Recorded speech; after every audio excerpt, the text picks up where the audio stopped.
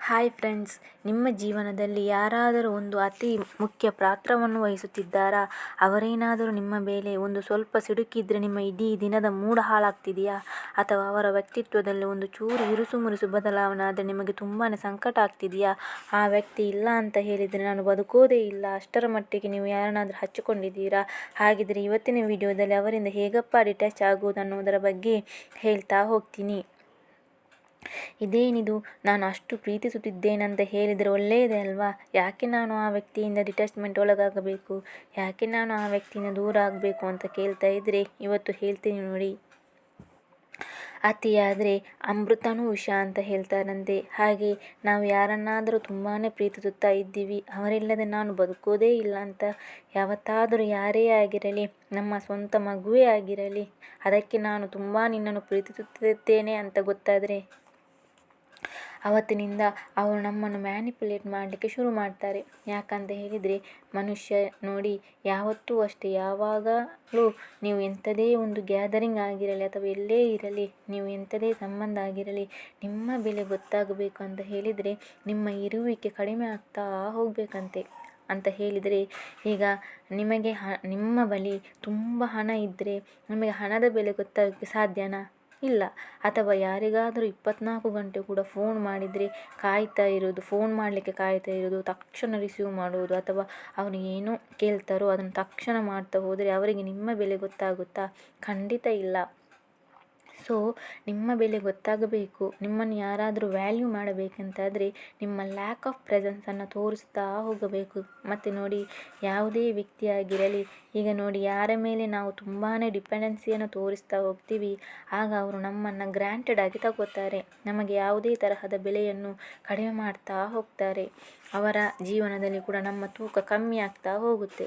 ಹಾಗಾಗಿ ಅಂತಹ ಒಂದು ಡಿಪೆಂಡೆನ್ಸಿಯನ್ನು ಇಟ್ಕೋಬೇಡಿ. ಯಾಕಂತ ಹೇಳಿದರೆ ನಿಮ್ಮ ಸೈಕಲಾಜಿಕಲಿ ಕೂಡ ನೀವು ಕುಗ್ತಾ ಹೋಗ್ತೀರಾ. ಯಾಕಂತ ಹೇಳಿದರೆ ನೋಡಿ, ನಮ್ಮನ್ನು ಯಾರೂ ಖುಷಿಪಡಿಸಲಿಕ್ಕೆ ಸಾಧ್ಯ ಇಲ್ಲ, ಯಾರೂ ಬೇಜಾರು ಮಾಡಲಿಕ್ಕೂ ಸಾಧ್ಯ ಇಲ್ಲ. ಅಂತಹ ಒಂದು ಡಿಪೆಂಡೆನ್ಸಿಯನ್ನು ನಾವು ಇನ್ನೊಂದು ವ್ಯಕ್ತಿ ಮೇಲೆ ಕೊಡ್ತಾ ಹೋದರೆ ಆ ವ್ಯಕ್ತಿಗೂ ಕೂಡ ತುಂಬಾ ಬರ್ಡನ್ ಆಗುತ್ತೆ. ಸೊ ಅವರು ಏನೇ ಒಂದು ಅಂದರೆ ಅವರು ಕೆಟ್ಟ ಮೂಡಲ್ಲಿರ್ತಾರೆ, ಅಥವಾ ಆ ಮೂಡು ನಿಮಗೂ ಕೂಡ ಬಂದುಬಿಡುತ್ತೆ, ಅಥವಾ ಅವರು ಏನೋ ಅವರ ಲೈಫಲ್ಲಿ ಬ್ಯುಸಿಯಾಗಿರ್ತಾರೆ, ಅವರ ಫ್ರೆಂಡ್ಸ್, ಅವರ ಹಾಬೀಸ್ ಅಂತ ಇರ್ತಾರೆ. ಆದರೆ ನೀವು ಮಾತ್ರ ನನ್ನ ಓನ್ಲಿ ಸೋರ್ಸಸ್ ಆಫ್ ಹ್ಯಾಪಿನೆಸ್ ಆಕೆ ಅಥವಾ ಆತ ಎಂದು ಆ ವ್ಯಕ್ತಿ ಅಂತ ಅಂದ್ಕೊಂಡು ನೀವು ಎಲ್ಲೋ ಆಚೆ ಹೋಗುವುದನ್ನು ನಿಲ್ಲಿಸುತ್ತೀರಾ, ನಿಮ್ಮ ಫ್ರೆಂಡ್ಸ್ ಜೊತೆ ಹೋಗುವುದನ್ನು ನಿಲ್ಲಿಸುತ್ತೀರಾ. ನಿಮ್ಮ ಲೈಫಿಗೆ ನೀವು ಯಾವುದೇ ತರಹ ಇಂಪಾರ್ಟೆನ್ಸ್ ಕೊಡದೇ ಇದ್ದಾಗ ಆ ವ್ಯಕ್ತಿಗೂ ಕೂಡ ನಿಮ್ಮ ಮೇಲೆ ಅಟೆನ್ಷನ್ ಕಡಿಮೆ ಆಗ್ತಾ ಹೋಗುತ್ತೆ. ನಾನು ಅದನ್ನೇ ಹೇಳಿದೆ ಅಲ್ಲ ಶುರುವಲ್ಲಿ, ನಾವು ಲ್ಯಾಕ್ ಆಫ್ ಪ್ರೆಸೆನ್ಸ್ ಯಾವಾಗಲೂ ಆ ವ್ಯಕ್ತಿಗೆ ತೋರಿಸ್ತಾನೇ ಇದ್ದರೆ ನಮ್ಮ ಬೆಲೆ ಎಲ್ಲಿಂದ ಗೊತ್ತಾಗುತ್ತೆ ಅಲ್ವಾ? ಈಗ ಫೋನ್ ಮಾಡಿದ ತಕ್ಷಣ ಒಂದೇ ರಿಂಗಲ್ಲಿ ಎತ್ತೋದು, ತಕ್ಷಣ ಕರೆದ ತಕ್ಷಣ ಹೊರಟು ಹೋಗೋದು, ಅಥವಾ ಸದಾ ನಾನಿದ್ದೀನಿ ಅಂತ ಫೋನ್ ಮಾಡ್ತಾ ಇರೋದು, ಇದು ನಾವೇ ಪ್ರತಿಯೊಂದಕ್ಕೆ ಎಫರ್ಟ್ ಹಾಕ್ತಾ ಹೋದರೆ ರೆಸಿಪ್ರೊಕೇಷನ್ ಅಂತ ಹೇಳ್ತಾರೆ. ಒಂದು ಸಂಬಂಧ ಗಟ್ಟಿಯಾಗಬೇಕಾದ್ರೆ ನನಗೆ ಏನು ಫೀಲ್ ಆಗ್ತಾ ಇರುತ್ತೋ ನನ್ನ ಪಾರ್ಟ್ನರು ಕೂಡ ಅದೇ ಫೀಲ್ ಆಗಬೇಕು. ನಾನು ಮಾತ್ರ ನನಗೆ ಟೈಮ್ ಕೊಡು ಅಂತ ಕೇಳೋದಲ್ಲ, ನನ್ನ ಸಂಗತಿ ಕೂಡ ನನಗೆ ಟೈಮ್ ಕೊಡು ಅಂತ ಕೇಳಬೇಕು. ಯಾವಾಗ ಎರಡು ಕಡೆನೂ ಬ್ಯಾಲೆನ್ಸ್ ಇರುತ್ತೆ ಆ ಪ್ರೀತಿಗೆ ಒಂದು ಬೆಲೆ ಇರುತ್ತೆ. ಒಂದು ಮಿಸ್ಟ್ರಿ ಇರಬೇಕು ಯಾವಾಗಲೂ ಅಷ್ಟೇ. ಒಂದು ಸಂಬಂಧ ಅಂತ ಹೇಳಿ ತೆರೆದ ಪುಸ್ತಕ ಥರ ಇರಬಾರದು. ಅವಳ ಬಗ್ಗೆ ತಿಳ್ಕೊಳ್ಳೋ ಒಂದು ಕ್ಯೂರಿಯಾಸಿಟಿ ಇರಬೇಕು, ಅವನ ಬಗ್ಗೆ ತಿಳ್ಕೊಳ್ಳೋ ಒಂದು ಕ್ಯೂರಿಯಾಸಿಟಿ ಇರಬೇಕು. ಸದಾ ನಾವು ಏನು ಕೂತ್ರೆ ನಿಂತರೆ, ಎಲ್ಲಿ ಹೋದೆ ಎಲ್ಲಿ ಬಂದೆ ಎಲ್ಲವನ್ನು ನಾವು ನಮ್ಮ ಸಂಗತಿಗೆ ಫೋನ್ ಮಾಡಿ ಅಪ್ಡೇಟ್ ಮಾಡ್ತಾ ಇದ್ದರೆ ಅವರಿಗೂ ಕೂಡ ಎಲ್ಲಿ ಹೋಗ್ತಾಳೆ ಬಿಡು ನನಗೆ ಗೊತ್ತಲ್ವಾ, ಅಥವಾ ಎಲ್ಲಿ ಹೋಗ್ತಾನೆ ಬಿಡು ನನಗೆ ಗೊತ್ತಲ್ಲ ಅನ್ನೋ ಒಂದು ಅಸಡ್ಡೆತನ ಶುರುವಾಗುತ್ತೆ. ಹಾಗಾಗಿ ಕೆಲವೊಂದು ಸ್ವಲ್ಪ ಮಿಸ್ಟ್ರಿಯನ್ನು ಒಂದು ಸಂಬಂಧದಲ್ಲಿ ಇಡಿ. ಮತ್ತು ಲ್ಯಾಕ್ ಆಫ್ ಪ್ರೆಸೆನ್ಸ್ ಸದಾ ನಿಮ್ಮ ಯಾವತ್ತೂ ಅಷ್ಟೇ, ಯಾವುದು ಪಾರ್ಟಿಗೂ ಅಷ್ಟೇ ಕರೆಯ ತಕ್ಷಣ ಹೋಗಿ ಬಿಡುವುದಲ್ಲ. ಒಂದು ಸ್ವಲ್ಪ ನಮ್ಮತನ ಅಂದರೆ ಅಟ್ಲೀಸ್ಟ್ ನಾವು ಬೇಗ ಹೊರಡೋದಾಗಿರಬಹುದು, ಅಥವಾ ನಮ್ಮ ಪ್ರೆಸೆನ್ಸನ್ನು ಮಿಸ್ ಮಾಡಿಕೊಳ್ಳೋಕ್ಕೆ ಬಿಡದೆ ಇದ್ದರೆ ಯಾವತ್ತೂ ಅಷ್ಟೇ. Too much is too bad ಅಂತ ಹೇಳ್ತಾರೆ. ಯಾವಾಗಲೂ ಅಷ್ಟೇ ನಾವು ಕರೆದಾಗ ಹೋಗಬೇಕು, ಹೌದು ಅದೊಂದು ಸೌಜನ್ಯತೆತನ, ಆದರೆ ಸದಾ ಅಲ್ಲೇ ಇದ್ದು ಇದ್ದು ಬಿಡೋದು ಅಥವಾ ಕರೆಯುವುದಕ್ಕಿಂತ ಮುಂಚೆನೇ ಹೋಗಿ ಬಿಡುವುದು ಅಥವಾ ಕರೆಯದೇ ಇದ್ದರೂ ಹೋಗುವುದು ಆಗಿರಬಹುದು. ಇದೆಲ್ಲ ಮಾಡಿದರೆ ನಮ್ಮತನವನ್ನು ಕುಗ್ಗಿಸುತ್ತಾ ಹೋಗುತ್ತೆ. ಹಾಗಾಗಿ ನೀವು ಅಷ್ಟೇ, ಯಾರನ್ನೂ ಅಷ್ಟೇ ಜೀವನದಲ್ಲಿ ಅಂತಹ ಒಂದು ಪ್ರಾಮುಖ್ಯ ಪಾತ್ರವನ್ನು ಕೊಡಬೇಡಿ. ನಿಮ್ಮ ಬೆಲೆಯನ್ನು ನೀವು ಉಳಿಸಿಕೊಳ್ಳಿ. ಯಾಕಂತ ಹೇಳಿದರೆ ನಿಮ್ಮನ್ನು ನೀವು ಹೇಗೆ ರೆಸ್ಪೆಕ್ಟ್ ಮಾಡ್ತೀರೋ ನಾವು ಎದುರುಗಡೆ ಇರೋ ವ್ಯಕ್ತಿಗೂ ಅದೇ ಥರ ಗೌರವವನ್ನು ಕೊಡುವುದನ್ನು ನಾವು ತೋರಿಸ್ತಾ ಹೋಗ್ತೀವಿ. ಹಾಗಾಗಿ ನೀವು ಅಷ್ಟೇ. ಆಮೇಲೆ ಯಾವಾಗಲೂ ಅಷ್ಟೇ ಸದಾ ನೋಡಿ, ಈಗ ನಾನು ನಿಮ್ಮ ಮುಂದೆ ಕೂತು ಮಾತಾಡ್ತಾ ಇದ್ದೀನಿ.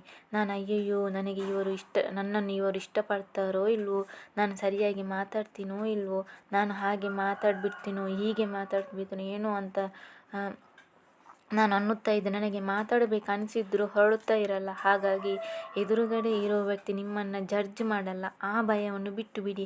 ನೀವು ನೀವಾಗಿರಬೇಕು. ನೀವು ನಿಮ್ಮತನವನ್ನು ಕಾಪಾಡಿಕೊಳ್ಳುತ್ತಾ ಹೋಗಬೇಕು. ಇನ್ನೊಂದು ಟ್ರಿಕ್ ಹೇಳಿಕೊಡ್ತೀನಿ.